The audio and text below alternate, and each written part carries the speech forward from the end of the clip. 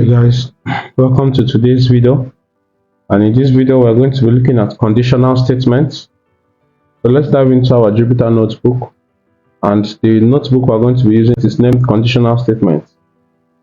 Now, what are conditional statements? Conditional statements can be said to just be decision making tools for programming.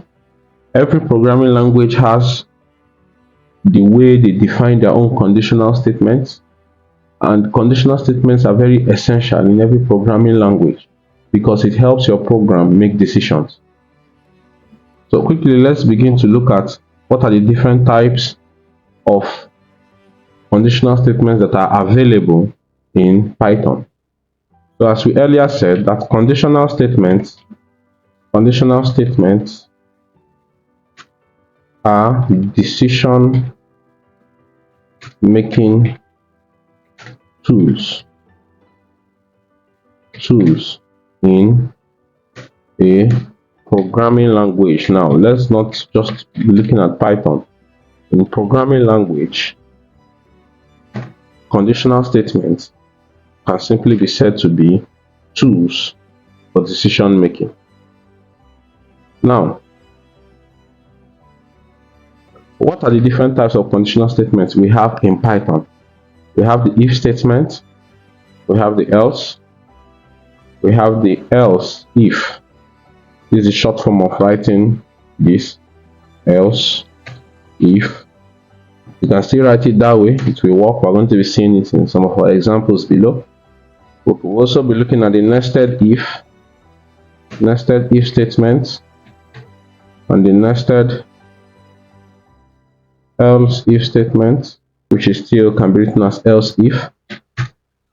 And then one very unique one we're going to be looking at today is match, and match goes with case. So we're going to be looking at this individually in a moment. So let's start with looking at if statement. When you have x as a variable name and you assign it to 9, and we have a condition that says if x is greater than, let me say 7, semicolon, print, what should I print? The value is lower, okay, the value is low. Let's put it like this, please. You can do it, you can make it whatever you want. Now let me explain something about Python that is unlike other programming language. There is a syntax Python works with. Whenever you declare any statement, be it if, be it in the future we're going to be looking at things like for loop, while loops, and others, this indentation is very important. It's very important. This indentation simply tells the Python compiler that everything under this indentation that has same space is for this if statement. If, for example, I do something like this, if you look at it, when I click on enter, it still gives this indentation. That means if I should say print 7 now, or okay, print x, let's say print the value of x, print x, let's print the value of x. Now this will only happen if x is greater than 7. But once I move out by maybe clicking out of this by pressing the backspace, I'm out of this if loop. That means whatever I do after here is just like my normal line of code. It doesn't get to be affected by this if statement. It doesn't get to be affected. So that means if I say print out of the if,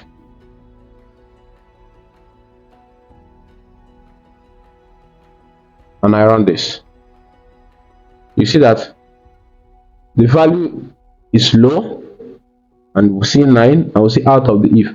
Now let's assume that we say less than here. If we say less than here and we press on enter, you see that x is not less than 7. because x is 9. So that's why everything in this block was not printed. But everything outside the block, the code continues to run outside the block, which is print out of the if. I hope this is understood. Let's look at the if else statement. Just like we have if this does not happen, then what should happen? Some codes you might want to do it that way by saying if x is less than 7, just like we have previously, print okay.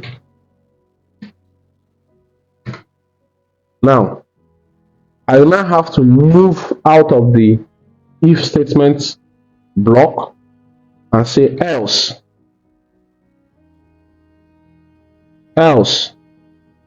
I click on else I have to put a semicolon too.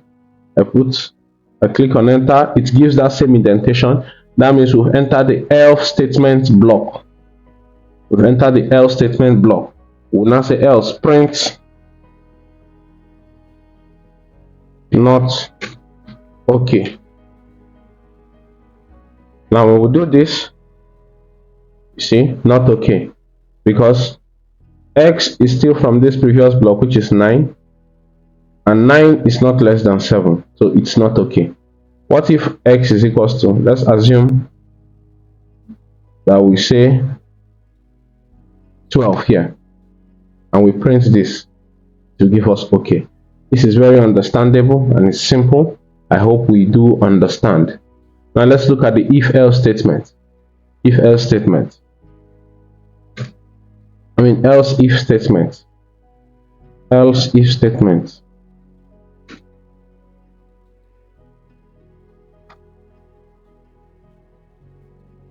statement.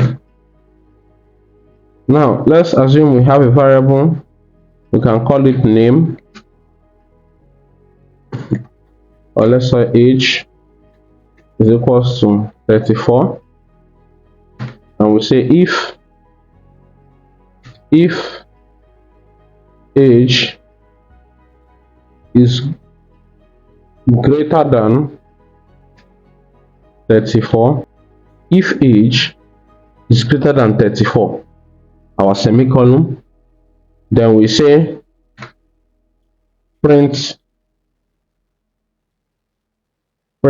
let's say print our dot,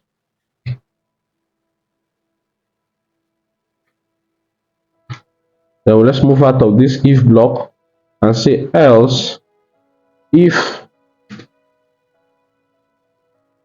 age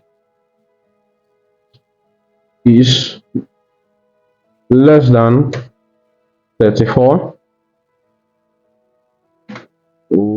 let's say print let's say print younger,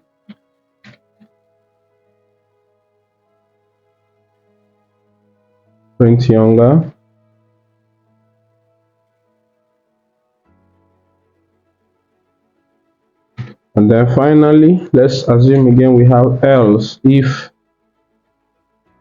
age is equals to 34, print middle, what was wrong with my keyboard, print middle age.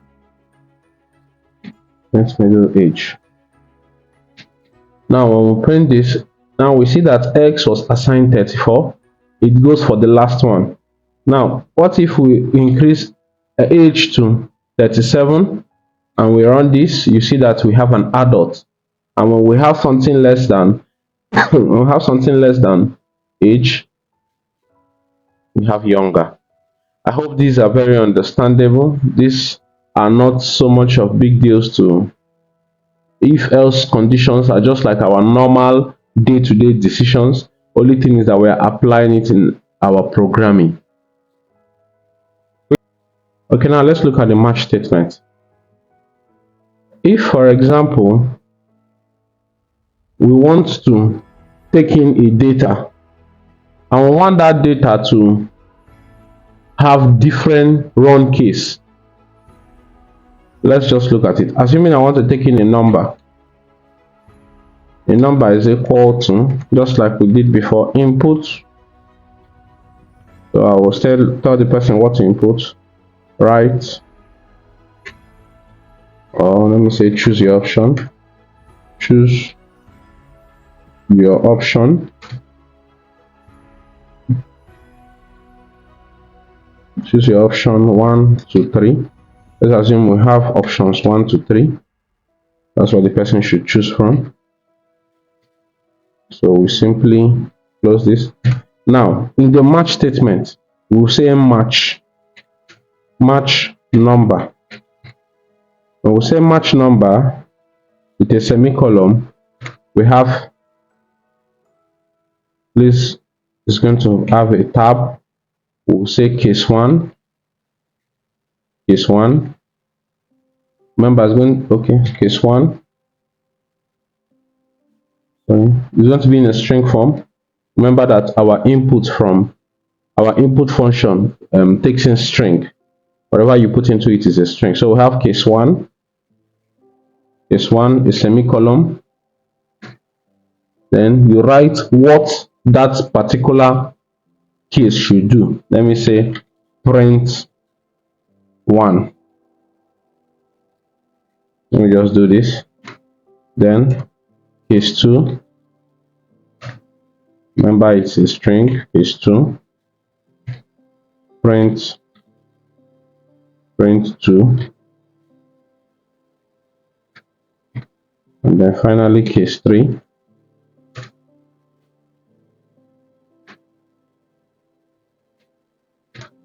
Print 3. Now, when we have a code like this, we must also make sure that we provide something for what if the person does not print any of those options that we want. We can simply just say case, backspace, case, just what's wrong with my keyboard, case, and just say underscore anything. We'll just say print, say wrong option.